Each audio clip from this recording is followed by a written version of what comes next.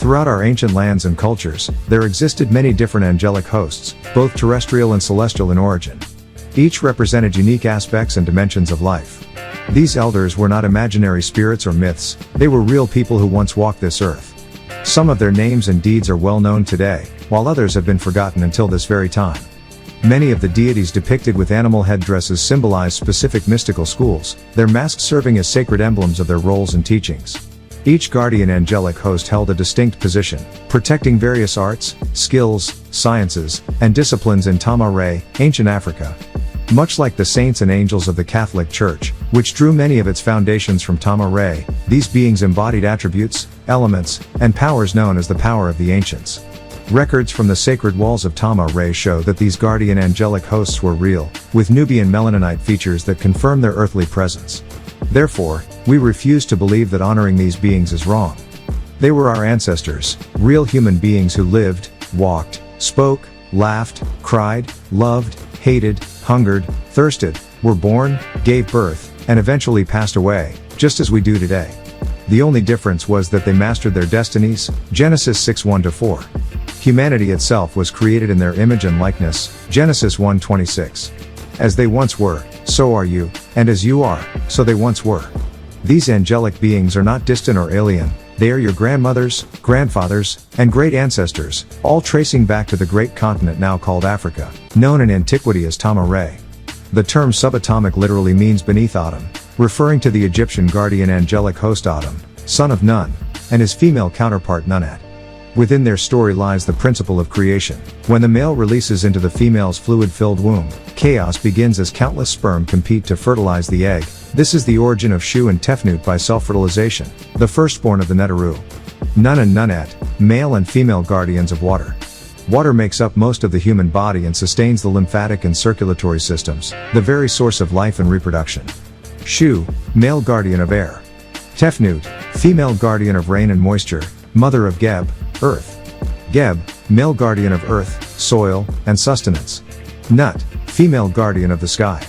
This lineage continues into Asaru, Osiris, Aset, Isis, Suchuk, Set, and Nebthut, Nephthys, leading ultimately to humankind.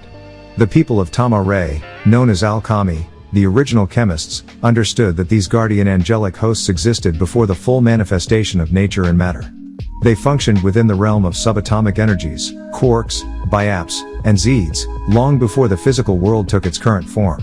In Tamaray, ancient Africa, the guardian angelic hosts were frequently portrayed with the heads of animals and the bodies of men and women.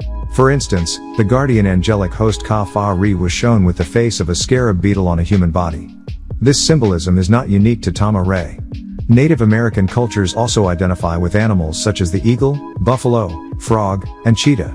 The Chinese zodiac dedicates entire years to animals, like the Year of the Dragon, and celebrates them with dances and masks. In Hindu tradition, animals such as the cow are revered as sacred, and the deity Ganesha, the fourth son of Shiva and Parvati, is depicted with an elephant head. In reality, these beings were human. The animals and masks they wore represented their spiritual schools, teachings, or roles, serving as mascots and sacred symbols. Unfortunately, this deep symbolism was often misinterpreted or distorted by the Greco-Romans, especially when applied to Nubian Melanonite cultures. Evidence of this can even be seen in the Constantinian Roman Catholic Church, which uses animal emblems to represent not only saints but also angels. In Tamaray, almost every animal was at some point connected to a guardian angelic host. These animals were essential to daily life, helping with agriculture, providing food, and representing the natural forces that shaped existence. Each animal was associated with a guardian angelic host because it embodied a unique trait that reflected that host's power or purpose. For example, the ibis, with its curved beak resembling the crescent moon, became the symbol of the lunar guardian angelic host Tahuti. These animals were well cared for and honored. This ancient practice echoes today in the form of animal mascots, such as Paz the Panther of Our Lady of Grace Catholic School or Josephine the Bruin of St. Joseph Catholic School. It is important to understand that when the guardian angelic hosts participated in the creation of humanity, they often worked in harmony with the animal world, drawing upon its qualities, essence, and strengths. One being of note was genus Homo, the early ape man and ape woman. The human body is formed from the earth and thus composed of the very elements of nature. These elements directly influence your physical existence. This is why, As you observe the faces of different people, you may notice features that resemble birds, dogs, cats, serpents, and other creatures. The masters of old understood this deep connection between humanity and nature. They wore masks of the animals most prevalent in their environment, symbols of survival, wisdom, and power. These masks were not merely decorative, they represented the understanding that humanity's essence is intertwined with the natural world, and the natural world is intertwined with humanity. The ancient masters also knew that if this new creature, humanity, ever realized its likeness to the guardian angelic hosts, it might seek to rise against them. Thus, they often wore masks to conceal their true identities and protect their lineage. And Tahuti, the head of the Neteru, made the first commandment for the Adamites, and tested their nature. Are they destined to disobey and seek to overthrow the gods? Over time, the knowledge of why these masks were worn was lost. Mankind, especially the Greco-Romans, began fabricating stories to explain the traditions of our great ancestors and the secret societies that preserve their wisdom. The masters left us clues in sayings such as sly as a fox, wise as serpents, ferocious as a lion, and wise as an owl. These expressions reveal truths about humanity's animalistic nature, truths that have long been obscured or denied, particularly by those who sought to rewrite history. Liquids are composed of elements, and these elements interact with the attributes of creation. The realm from which these masters operated is often described as a liquid realm, comparable to ectoplasm, a subtle, flowing medium that bridges the material and the spiritual. Plasma derives from plasian, meaning to mold. It is known as the realm where energies and gases are shaped into forms. This is where the so-called spiritual spook world originates. They refer to this as plasma, plasmatic energy, and exmoplasma, or ectoplasm. The term plasma comes from New Latin, ultimately from the Greek plasane, meaning to mold or to shape. In this state, energies and gases are molded into images, beings known as etherians. Consider your being. You exist as solid, liquid, and gas, body, spirit, and soul. The attribute relates to the liquid realm because liquid acts as the mediator between the gaseous and the physical states. An attribute functions as a blueprint, found in the genes and encoded in liquid form as DNA and RNA. These work alongside the reproductive fluids of the body, the excretions from the testes and ovaries. The Book of Ether 7:4-1-19, Lo. The ultra-gaseous matter, ether, in its physical form is tied to the body's structure, solid. The life force, ether, in its etheric form operates through the body's fluids, the liquid ether, such as the blood and the reproductive excretions of the ovaries and testes. The spirit resides in the blood, for the blood is liquid, and this spirit acts as a spark that ignites life within it. Life produces light, forming an erratic shell that houses the soul, the light messenger. This messenger transports information between the conscious and subconscious, drawing from the mental reservoir of intellect. This reservoir is governed by the oversoul and connected through an etheric cord. All messages in the form of light travel through these cords, delivering information to the DNA and RNA, activating thoughts, actions, and consciousness itself. The etherians are the guardians of this reservoir of intellect, also known as the Akasha. Each being continuously receives light messages through these currents, maintaining the harmony of energy and life. Thus, each being is, in essence, etheric within. Each guardian angelic being corresponds to a specific element, earth, water, fire, or air, and each has its own vibrational rate determined by its composition and atomic weight. There exists a formula for each element, reflecting its natural resonance. For example, carbon dioxide, CO2, is made of carbon and oxygen. Each element, when separate, has its own vibrational rate. When combined, their vibrations change, similar to the way individual musical notes create a new harmony when played together. A single note produces one sound, but when notes are combined, they form a chord. Each chord falls within a scale, just as in the scale of Ma'at, where harmony is achieved, balancing the vibrations to prevent them from clashing or destroying one another. This same principle occurs within humanity. The female body naturally attempts to reject the sperm, perceiving it as a foreign entity. However, the brain releases specific hormones that trick her body into protecting this union of egg and sperm. It becomes enclosed within a protective shell, the amniotic sac, and from this, a new life begins to form. To truly understand the vibrational rate of each element, you must first understand its composition and how its energy interacts with others. The Book of the Ass and Camel 6:9-37-39, a symbol is an outer and visible sign on earth of an inner and spiritual reality. Symbols veil secrets and hold beautiful mysteries. All forces within your molecules, those of which all things are composed, are always in motion, never still, always vibrating, whether greater or smaller, atom by atom.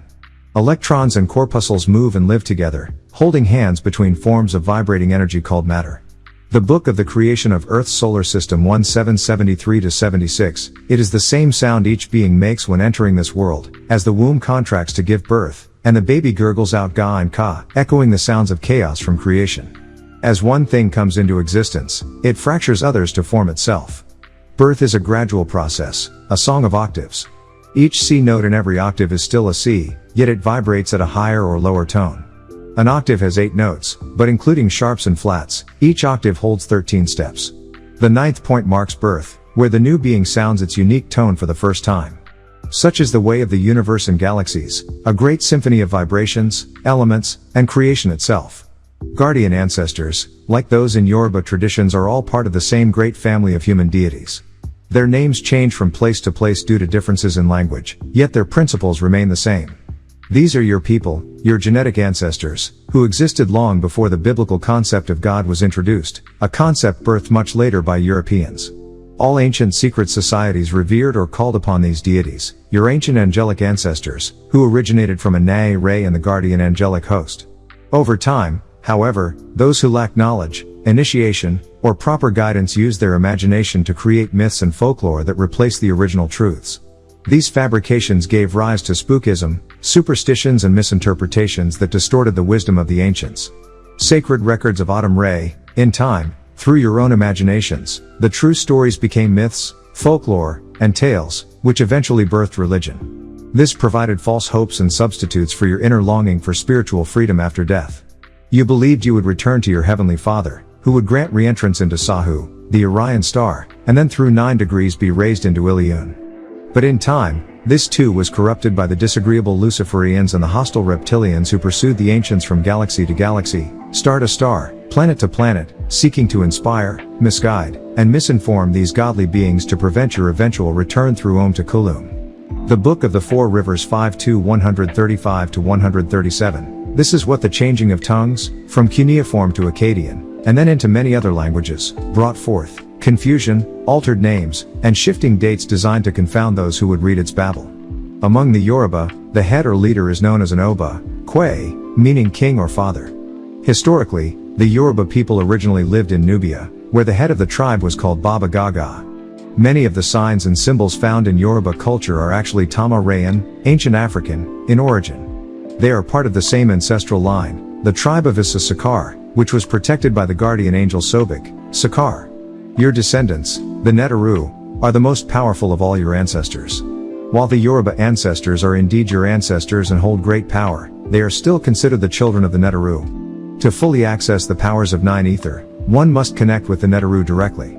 The most important city for the Yoruba is Ila Ife, a name derived from what the Tamarayans called Idfu, the place where the guardian angels responsible for each species' ability to procreate descended. The Orisha, or Netaru, created this city. However, history records that certain East Indian clans, under a man named Shehbaz, Sheshbazar, who later took the name Oduduwa, migrated into Yoruba lands. Their arrival led to the suppression of the original Tamarayan Tarite priests and the introduction of foreign practices, including human sacrifice, which later became associated with aspects of modern Yoruba culture. As a result, many of the original Tamarayan practices and principles were lost, replaced by rituals and beliefs introduced by these migrants. Some priests began using their spiritual powers to grant wealth and favor, distorting the sacred teachings that once governed the land. The Book of the Disorderly Cuthites 3:293-294, those who remained behind, jumping ship at various ports in Ganawa, oppressed the original woolly-haired Nubian Melanonites, introducing mythological religious systems such as New Yoruba, New Islam, Judaism, Christianity, and others, which later became an enchantment, a spell. The Book of the Four Rivers 5:219, when they arrived, they established the first kingdom of Eridu and the first temple called Obaid. The Book of the Disorderly Cuthites 3:217-220, Oduduwa, another name for Sheshbazar, led the tribe of Shehbaz on a pathless journey to a place called Oyo. The people there referred to his followers as Yoruba and called him Abatala. His priesthood was known as the Orisha, and each leader was an Obo or papal. He was regarded as the first pope. The African tribes such as the Yoruba, Dogon, Dongolawe, Bassa, Zulu, Massa, Ebo, Mandingo, and others were not ignorant people. They possessed, and in many ways, still preserve, a powerful and profound culture. This culture, stemming from Tamaray, ancient Africa, was deeply rooted in the earth, filled with beauty, wisdom, and divine order. Let us examine the Yoruba and their parallels to Tamaray. Tamaray, Oludamer, Yoruba, equals Olu. Olu, Ma and Re, represents the universal energy or the supreme being who resides in the heavens, symbolized by the sun. Asaru, Tamaray, the all-seeing eye, Abatala, Yoruba, Father, the highest. The Book of the Four Rivers 5:2-25-29, and on into Kemet, later called Miriam, now Egypt, names changed, and became Anu, the heavenly one. Ra became El Elo, Nun-Amnir, the son of Anu, was his Sumerian name, and Enlil's title. When he came to earth, he was later called Owasir. The Greeks called him Osiris, and those of Babel called him Dumuzi. Asaru was considered the highest of the physical angelic beings of his generation and the father of the terrestrial angelic hosts who descended and mingled with humans.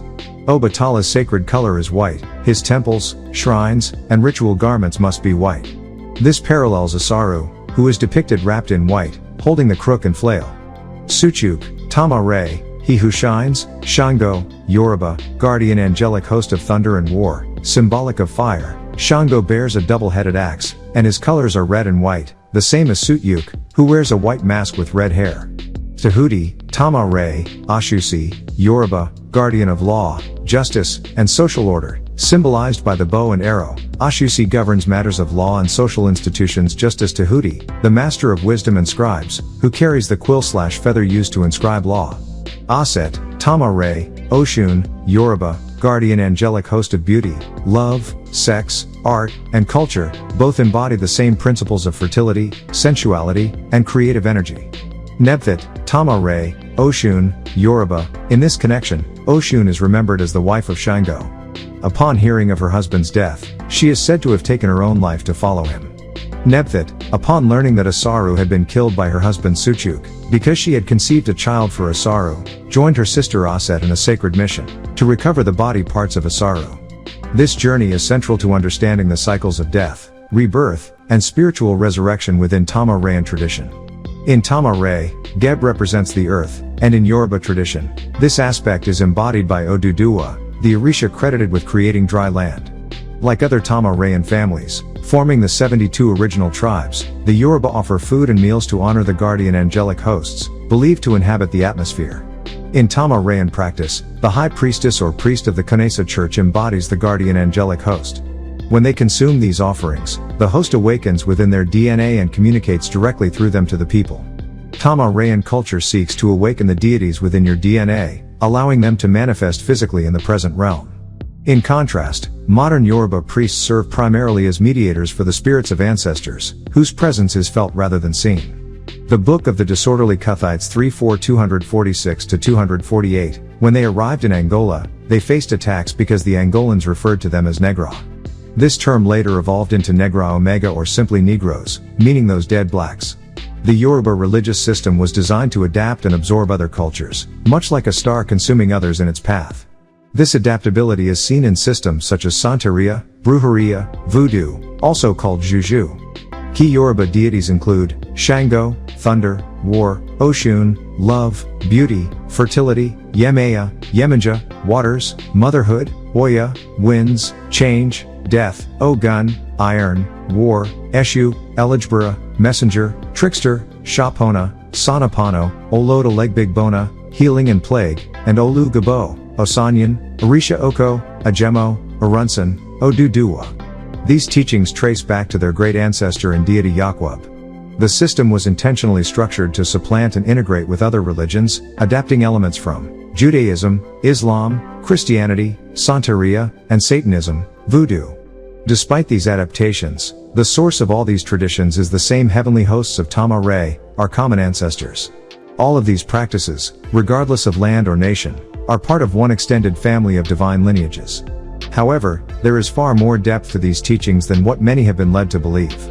The next three guardian angelic hosts preside over the waters of Tamaray, ancient Africa. Their elemental powers can be observed in the natural cycle of water, oxygen, water, and precipitates, solid deposits formed from condensation. Through these forces, they assist in the production of rain, dew, and other forms of water. Water manifests in three primary forms: ice, liquid, and steam. In nature, this is expressed as rain, sleet, snow, fog, and hail. Hapi is the guardian angelic host of the Nile River. Often depicted as an overweight man with female breasts and hips, Hapi symbolizes abundance and fertility. This representation reflects the hermaphroditic nature of the original beings of Edfu, one of the churches of Haru. These hermaphrodites carried both X and Y chromosomes in one body, embodying both male and female powers. Hapi represents the life-giving properties of the Nile, symbolized by the Ankh, which unites male and female regenerative energies. Pregnant women and children were encouraged to consume calcium-rich foods to promote healthy teeth and bones, reflecting Hapi's association with growth and sustenance. Hapi was worshipped at Adu or Edfu, where his baboon mascot presided over the university, church, and agricultural centers, symbolized on one of the four canopic jars used during funerary rituals. Sacred records of Autumn Ray 1:3-16, only El Kulum, the appointed creator, can cause this to happen through Hapi, the guardian angelic host of the Nile, depicted as male with female breasts, uniting male and female energies. Genesis 5:2, male and female as one. Hapi, the digger, represents the pursuit of knowledge, breaking, turning, and searching to discover one's true self. Yet, the masters guide us so that this knowledge is not misused. Hapi's connection to breast milk illustrates the practical and sacred use of fertility and nourishment. In ancient medicine and magical rituals, nursing mother's milk was used to treat colds, burns, and eye ailments, including pink eye. Calcium, associated with Hapi, is essential to all living beings, found in bones, teeth, and even the lens of the eye. It is the most abundant mineral in the body. Calcium works together with phosphorus, the 15th element, represented by Aset who nurses Haru, to transport and regulate calcium in the body. This partnership symbolizes the union of male and female energies, a recurring theme in Tama-Rayan cosmology. Calcium, associated with Hapi, performs 5 vital functions in the body and in the sacred symbolism of Tama-Ray, cellular cohesion. Calcium regulates activity within cells, effectively cementing them together to maintain structure and integrity. Muscle and nerve function. It facilitates muscle contraction and governs nerve impulses.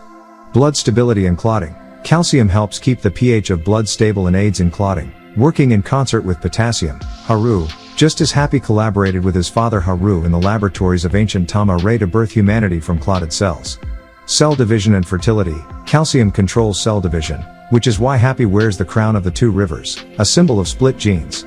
The lotus of the Upper Nile, salt, and the papyrus of the Lower Nile, fresh water, reflect this balance of division and fertility. Hormone release. Calcium triggers the release of essential hormones, maintaining balance in the body. Reciting Ya Hapi O Digger 40 times a day for 20 days provides overstanding of the knowledge uncovered during one's quest for right knowledge, right wisdom, and right overstanding. Women who are pregnant are encouraged to consume calcium-rich foods, which supports the growth of the child's bones while preserving the mother's skeletal health. Calcium is drawn from the mother's body toward the developing child, making this nutrient critical.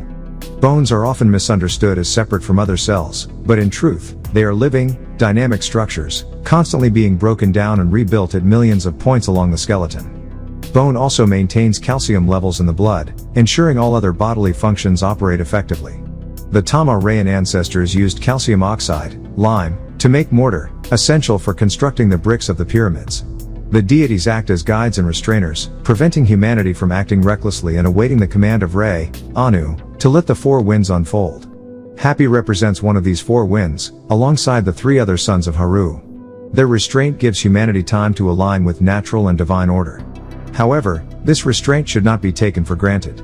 When humans act out of balance, the consequences manifest as natural disasters, tsunamis, earthquakes, floods, snowstorms, and Arctic blasts. Book of the Giants and the Earth 16:4 239-247. The beings inhabiting Agartha are responsible for the climatic changes affecting the Earth and its inhabitants. As Gaia defends herself against destructive surface humans, nature will unleash its own defenses: viruses, earthquakes, landslides, and floods.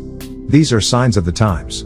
The wise must return to the natural way of life, respecting the system of things. Only then will the gates of the heavens, or the gates of Shambhala, open, allowing re-entry into the great ancient family of deities. He heavens and the earth would self-destruct if the guardian angelic hosts did not, by the will of the Most High Heavenly Father, Anae Re, exercise complete control over all creation. They restrain the sun from blazing out of control. They restrain the seas and oceans, preventing them from overwhelming the dry land. A sacred practice demonstrates this principle. When I kabiju, the restrainer, is inscribed using a knife or blunt object, never a pen or pencil, on 50 pieces of bread or other food, and this food is consumed over a period of 40 days, it brings freedom from greed. Symbolically, this practice reinforces restraint, balance, and alignment with the natural order. Ya and Quiet, also called Noki, is the female guardian angel of the net, representing the principle of will and balance in humanity. She teaches that you cannot demand respect while ignoring your obligation to respect the rights of others. She is a guardian angel of the war of will, influencing humanity to balance the nature of the self. Symbols and attributes: wears a crown of curved feathers, carries a spear, and spreads her protection as a net, enveloping our very existence. Her name, meaning spreader, symbolizes a meshed fabric of rope designed to restrain, contain, or catch. She acted in front of the great female tribal leaders and male rulers of Tamaray to catch and restrain unbalanced spirits, persons, or energies that might cause harm.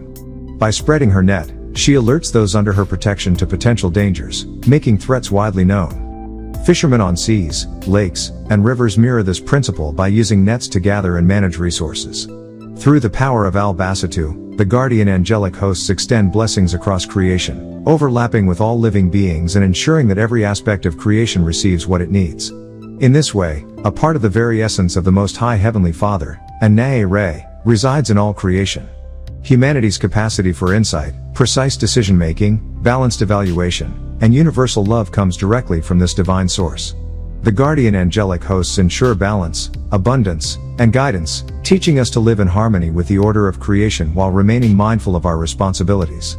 The qualities imparted by Ya and Quiet give humanity the potential to become supreme beings, provided this potential is nurtured and channeled in the service of the Most High Heavenly Father, NWPU. Reciting Ya and Quiet 59 times after physical exercise enhances your efforts toward perfection. This practice spreads your influence outward, enveloping others in a net of the true black light, which emanates through you both physically and spiritually.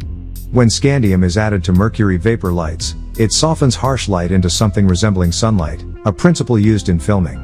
Similarly, in the gemstone beryl, traces of scandium create the beautiful blue hue.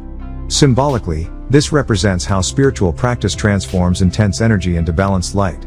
Reciting Al-Basatu 37 times after morning supplications, hands lifted, palms upward, and then rubbing the face, helps liberate one from dependency on others, reinforcing self-sufficiency. Ya and Quiet, we are thankful for all you have brought forth to us. Ya Antai is a dwarf angelic being who serves as a ferryman or co-pilot, guiding the Crystal City, New Jerusalem, Revelation 21:22, also known as the Solar Ark, as it traverses the celestial heavens, the Manjet of Re. He symbolizes the ancient riverboats and rowers of Tamaray, ancient Africa, who navigated the Nile and Niger rivers, ensuring the safety of passengers from crocodiles and snakes. Likewise, Antai navigates the Crystal City, avoiding Apophis, snake, and Leviathan, crocodile, symbolic of chaotic forces described as the dragon, Revelation 12:4. Al-Khafadu, the abaser, is invoked to humble the arrogant, lowering their rank and prestige. Historically, the fallen angels cast down by the Most High were called Titans by the Greeks. In reality, this represents a crash into Titan, the moon of Saturn, where the Crystal City once collided. Pride and arrogance in mortals can scar the soul and block its entry into paradise. Recitation practices for empowerment: recite Al-Khafadu 500 times to remove difficulty and fulfill personal needs. Alternatively, fast for 3 days, and on the 4th day, recite the name 70 times while seated to gain victory over enemies. The Book of Will, the life of Enoch, Adipha 11:198. Our servant Adipha was sent as a prophet to the children of Cain, who had succumbed to the temptations of the 200 fallen Anunnaki. The element titanium was originally called Jabirium, but the Greeks, through their mythology, renamed it after the Titans, the sons of their earth goddess. In reality, this story draws from the Tamarayan, ancient African, angelic mysteries, Matthew 13:11, Romans 11:25, Ephesians 3:9.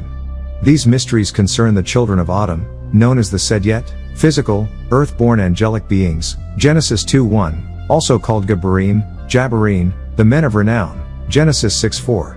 Titanium itself has no direct biological role in humans, it passes through the body without absorption.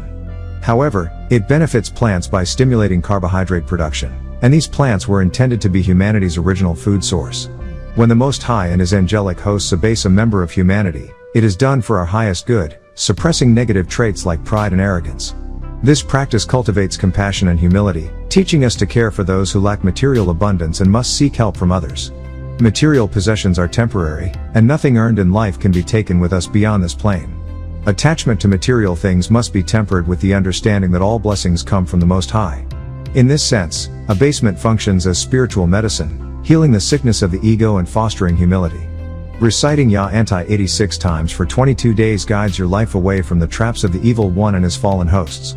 For greater spiritual protection, fast for 3 days prior to Friday. On Friday, after making a supplication at noon, sit and recite Al-Haadi 7,000 times. By the power of the Most High, this practice will deliver you from your enemies. Ya Anti, we are ever grateful for your works, from which we continue to benefit to this very day.